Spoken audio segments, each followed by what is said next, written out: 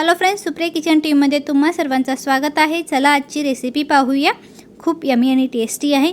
तर मी ते dairy milk घेतलेला आहे। तुम्ही 10 रुपयावाला पण घेऊ शकता, नाहीतर 20 रुपयावाला, तुम्हाला जेवढं पाहिजे तेवढे तुम्ही घेऊ शकता। त्यानंतर केळी आणि काजू आणि बदाम घेतलेला आहे। तुम्ही काजू आणि बदाम तुम्ही रात्री भिजवून पण ठेवू शकता आणि सकाळी यूज करू शकता।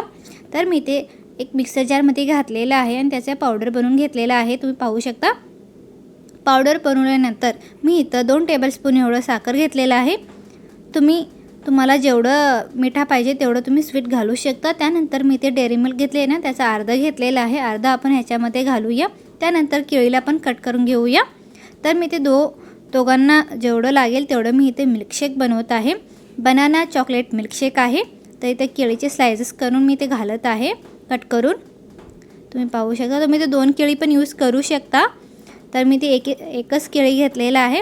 आता याला आपण पावडर बनवून घेऊ, कारण आपल्याला चॉकलेटला थोडंसं ग्राइंड करून घ्यायचं आहे। त्यानंतर इथं तुम्हाला जेवढं पाहिजे तेवढं थिकनेस पाहिजे असेल, ज़्यादा घट्ट पाहिजे असेल तर कमी दूध घालू शकता, नाहीतर थोडंसं पातळ पाहिजे असेल तर जास्त दूध पण घालू शकता। मी ते 2 वाटी एवढं दूध घातलेलं आहे। पाहू शकता। मी आणखी थोडंसं दूध घातलेलं आहे मिक्सर जारमध्ये घालताना, ग्राइंड करून घेताना। तर मी ते 2 ग्लास बनवून घेतलेला आहे। तुम्ही पाहू शकता गाठसर किती छान टेस्टी आपल्याला चॉकलेट मिल्कशेक रेडी झालेला आहे। मुलांना पण अशा प्रकारे तुम्ही सकाळी सकाळी मिल्कशेक बनवून देऊ शकता। खूप सिंपल आणि इझी आहे, जास्त काही घालायची गरज नाही पडत तुम्हाला।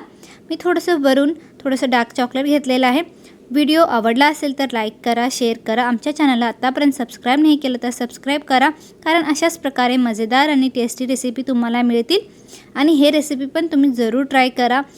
सकाळी सकाळी खूप म्हणजे खूप हेल्दी राहील मुलांना पण। मुलं आजकाल ड्रायफ्रूट्स वगैरे नाही खात असेल तर अशा प्रकारे ड्रायफ्रूट्समध्ये दूध वगैरे केळी वगैरे घालून तुम्ही मिक्स करून देऊ शकता।